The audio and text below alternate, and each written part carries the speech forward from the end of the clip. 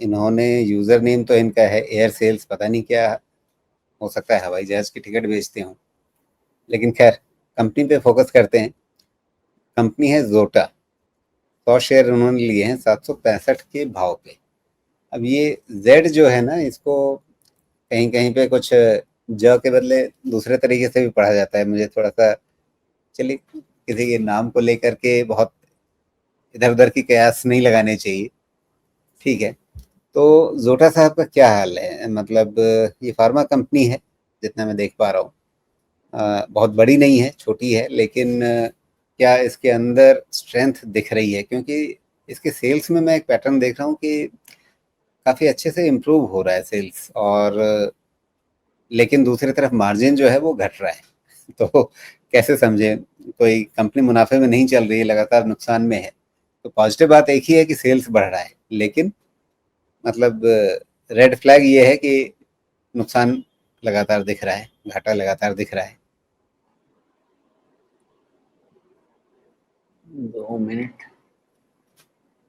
सोटा सोटा 57, ओके।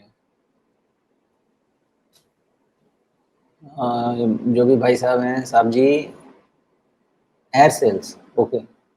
जी। ऐसा है भाई साहब कि एक बेसिक चीज़ है कि कंपनी कैश नहीं बना रही है। आई डोंट नो इसका प्राइस ऊपर क्यों जा रहा है। I have zero idea on that. Okay, आप सेल्स कर रहे हैं, ऑपरेशनल लेवल पे नेगेटिव है, कैश लेवल पे नेगेटिव है, मार्जिन नेगेटिव घुस चुका है, लॉस आपको जन्मों से हो रहा है, फिर भी प्राइस ऊपर जा रहा है। भगवान जाने इसकी एनालिसिस कैसे की जाए कि 3 साल के लिए क्यों खरीदना चाहते हो भैया, जब सब कुछ नीचे है, नेगेटिव है। देखिए, थियरी तो यही कहती है कि कितना मार्केट कैप है इसका? 3,500 3,500।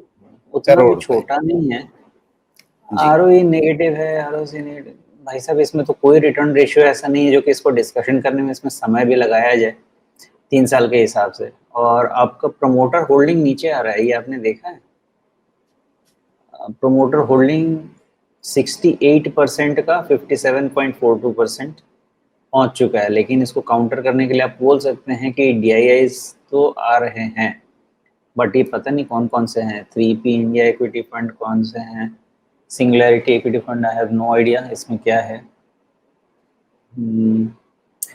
मुझे पैरामीटर्स तो ऐसे ही लगते हैं कि मेरे तो फिल्टर पे भी नहीं आएगा, तो 3 साल का इन्वेस्टमेंट का तो डिस्कशन नहीं होना चाहिए।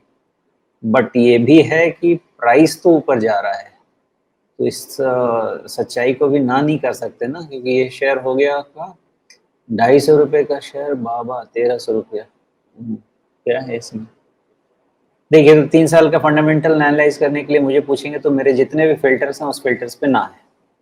ओके, कैश फ्लो नहीं है आपके पास, मार्जिन नहीं है आपके पास, आरओई नहीं है आपके पास, कुछ नहीं है, खाली सेल्स है। ओके, तो फंडामेंटल का पैरामीटर मेरा तो नहीं है, कम फिल्टर मेरा नहीं है कम से कम।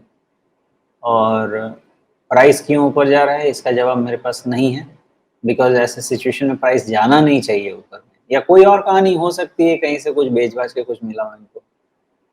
मेरे अंदाजे से तो अभी भी वैसे प्राइस का पैटर्न नेगेटिव नहीं है। इसमें डिमांड क्रिएट हुआ है 1000 रुपये के आसपास से, चल रहा है 1200, तो करीब आपका 12% का इंक्रीज हो गया। ओके, तो जहाँ से डिमांड शुरू हुई है वही आपका सपोर्ट हो जाएगा 1000 रुपये का। इसके ऊपर रहेगा तो ये बाय डिप्स कैंडिडेट रहेगा। और आपको 3 साल नहीं 30 साल भी देखना है तो ऐसे ही देखना पड़ेगा, तो फंडामेंटल्स तो नेगेटिव ही है। जी। तो फिलहाल on the face of it जो कुछ सामने दिख रहा है उसके हिसाब से मतलब कंपनी का कामकाज जो है वो भरोसा नहीं दिखाता है, लेकिन शेयर भाव जो है वो कुछ और कहानी सुना रहा है। तो उसकी कहानी देखते हुए इन्होंने 765 पे लिया हुआ है। क्या ये कहीं पे थोड़ा सा रिस्क मैनेज करने के लिहाज से या प्रॉफिट प्रोटेक्ट करने के लिहाज से नज़र रख सकते हैं कि भैया अगर ये लेवल कटने लग जाए तो फिर जितना हाथ में है, जितना टेबल पर है, वो सब समेट करके माल निकाल लिया जाए? सबका तो पता नहीं है, लेकिन अलग अलग जगह पे कर सकते हैं। मेन यही है कि जब 1000 के नीचे जाएगा तो प्रॉब्लम हो सकती है। अभी जो इसका पुल है ना काफी अच्छे वॉल्यूम के साथ है जी। और मोमेंटम 1160 के ऊपर में मेंटेन रहेगी, वो मोमेंटम में नहीं जाने वाला आपका।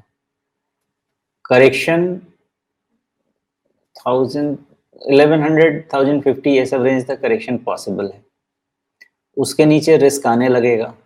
थियोरेटिकली 50 डीएमए के नीचे से स्टॉप लॉस शुरू हो जाना चाहिए, यानी 1075 के आसपास जाके स्टॉप लॉस थियोरेटिकली शुरू हो जाना चाहिए। जी। और कन्विक्शन वाला जो लेवल है वो है इसमें 900 एक के आसपास। पॉइंट मेरे ध्यान में आया है, सॉरी आप हम्म, अपनी बात पहले पूरी कर लीजिए लेवल्स की, फिर वो पॉइंट जोड़ता हूँ। जी। तो कन्विक्शन वाला यही है कि 917 का एक आपका फाइनल जहां से हायर लो पैटर्न शुरू हुआ है, तो उसके बाद फिर कन्विक्शन जो भी है वो चला जाएगा। तो जी। यही है कि 1100, 1000 और 917 ये तीन जगह हैं, डिपेंडिंग अपॉन कौन कितना रिस्क ले सकता है, अपना रिस्क मैनेजमेंट वैसे करना चाहिए।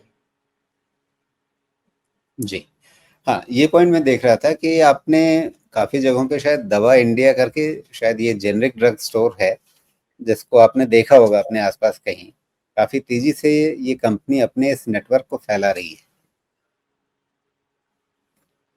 नहीं पता राजीव जी, मैंने नहीं देखा है दवा इंडिया का ओके। कोई ऐसा नेटवर्क।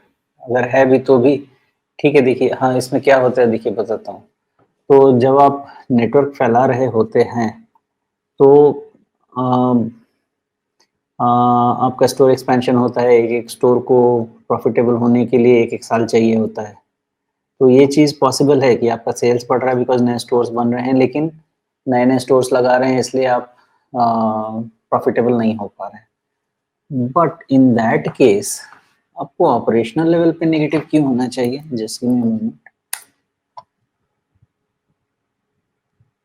हाँ, ठीक है ना, तो आपका ऑपरेशनल लेवल पे तो नेगेटिव नहीं होना चाहिए। ऑपरेशनल लेवल पे नेगेटिव है तो फिर मुझे कंसर्न है, क्योंकि अगर कैश आ रहा है कंपनी के पास, देखिए नई-नई आप दुकानें खोल रहे हैं, सब कुछ लगा रहे हैं वहाँ पे, आपके पास कैश फ्लो जनरेट होना चाहिए, आपके पास बेनिफिट मिलना चाहिए। तो कैश फ्लो नेगेटिव होना is not a good sign according to me. Bottom line पे अगर नहीं भी जाते हैं तो भी, मतलब जितनी किताब मैंने पढ़ी है उसके हिसाब से देखा जाए तो। तो ये माना जा सकता है कि अगर एक्सपेंशन मोड में है तो एक-एक आउटफिट को पॉजिटिव होने के लिए एक-एक साल तो लगता है। बट फिर भी कोई ऐसा रीज़न मतलब ऑपरेशनल लेवल पे नहीं है कि बहुत एक्साइटिंग कुछ बन जाए अभी। सिर्फ़ सेल्स के बेसिस पे तो अल्टीमेटली क्या है, आपको शेयर होल्डर के लिए वेल्थ क्रिएट करना है, तो सेल से थोड़ी क्रिएट करेंगे, प्रॉफिट देना पड़ेगा ना। जी। ओके।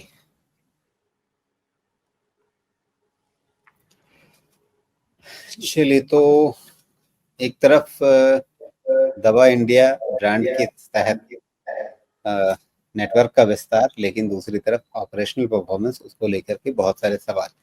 इनके बीच में कैसे फैसला करें, तो उसके लिए आपको यहाँ पर शमिशी ने लेवल्स बता दिए हैं जिनका आप ध्यान रखें। अगर बाजार इसको रेस्पेक्ट दे रहा है, अगर भाव चढ़ते जा रहे हैं, तो फिर आप अ, हो सकता है 2-3 महीने बाद ही, अगर जो लेवल शमिशी ने बताए हैं वो नहीं टूटते हैं और ये शेयर आगे अपनी इस चाल को बनाए रखता है, तो वापस हम इस पे डिस्कशन कर सकते हैं। हो सकता है तब तक इसके बारे में कुछ और इन्फॉर्मेशन भी आ जाएं, लेकिन कहीं ना कहीं अपने प्रॉफिट को, अपना जो मुनाफा हाथ में आ चुका है उसको बचा करके रखने पर ज़रूर नज़र रखिएगा। ऐसा ना हो कि कहानी कहानी ही रह जाए और मुनाफा हाथ से फिसल जाए।